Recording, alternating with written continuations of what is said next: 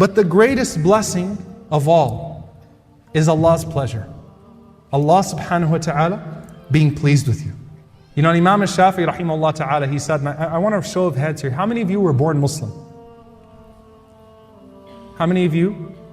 All of us were born Muslim. I know we're going to have that answer, but how many of you were born into Muslim families? Raise your hand again, please. Everyone raise your hand that was born into Muslim families. Do you realize how easy you had it? People spend their entire lives trying to find Islam, trying to find meaning and purpose in life. And it was just given to you when you were born. And Imam al-Shafi'i rahimahullah ta'ala, he has a very beautiful dua. Listen to this dua. This is especially now for those who were born into households of Islam. قال يا رب رزقتني الإسلام ولم أسألك. Oh my Lord, you gave me Islam and I didn't even ask you for it. فارزقني الجنة وأنا أسألك. So give me Jannah and I'm asking you for it. Meaning you were merciful enough to give me Islam without me even having to ask you for it. So give me Jannah while I'm asking you. Certainly you are merciful enough to give me Jannah when I'm asking you for Jannah. Because you gave me the tools to enter Jannah into this world.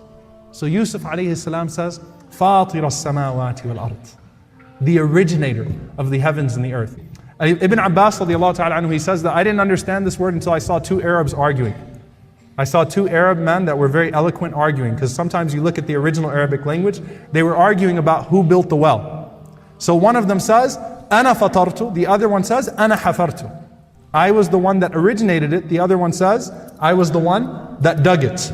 So Fatir is even before creation starts. It's when the plans are still in the works.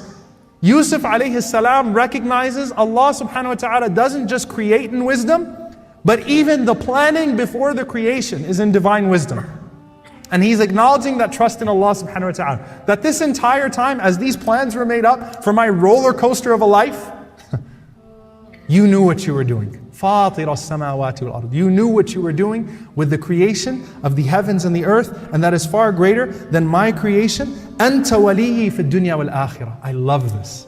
He says, you are my guardian in this life and the next. What's Yusuf alayhi salam saying?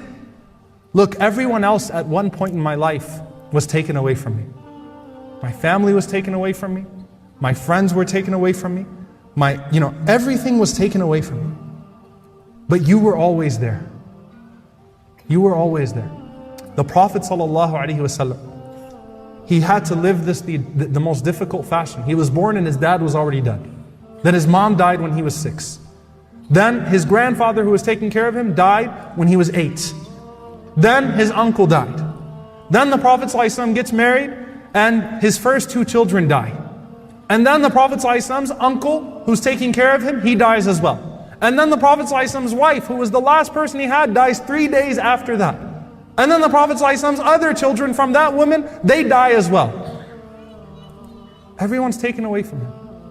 Everyone. Why? So that Allah subhanahu wa ta'ala could teach him to be dependent emotionally, physically, spiritually, and mentally only on Allah subhanahu wa ta'ala. Because if your heart is tied to anyone else, that person might be taken away from you one day. May Allah protect our families. And may Allah protect our beloved ones. But it's a reality that we could lose them one day. But Allah subhanahu wa ta'ala is always there. You know something, I'm going to share with you something deeply personal. There's someone that I consider a teacher, and his son is very close to me, and some of you might derive who I'm talking about. I'm not going to mention names, but someone who was recently freed from prison, from an unjust situation. And his father remains in prison, a political prisoner, unjustly, politically imprisoned. And he is in a terrible situation, a alim, a scholar, for no injustice of his own, just because a dictator took that country and threw people into prison. This man used to have 30 minutes of visitation with his family once a month. That's all, 30 minutes. He's in solitary confinement 3 weeks a month. And he would have visitation with his family once a month for 30 minutes. When his son got out, and his son is politically active, they took away his 30 minutes from him to punish him. And he wrote a letter to his family, and he said that every month when that appointed time comes, that 30 minutes, he said, instead of going to the place where I used to meet your mom, He said, I read Surah Yusuf. That's all I have for myself. Every month at that time, when I'm supposed to meet you, when I used to be ready to meet you, I just open the Quran and I read Surah Yusuf. And that's the only thing that can relieve my heart of this burden. That this is a man who had everything taken away from him. And all he asked Allah for, Anta wali fi dunya wal akhirah. You are my wali, you are my guardian in this world and the next. Tawaffani musliman walhiqni bis salihin.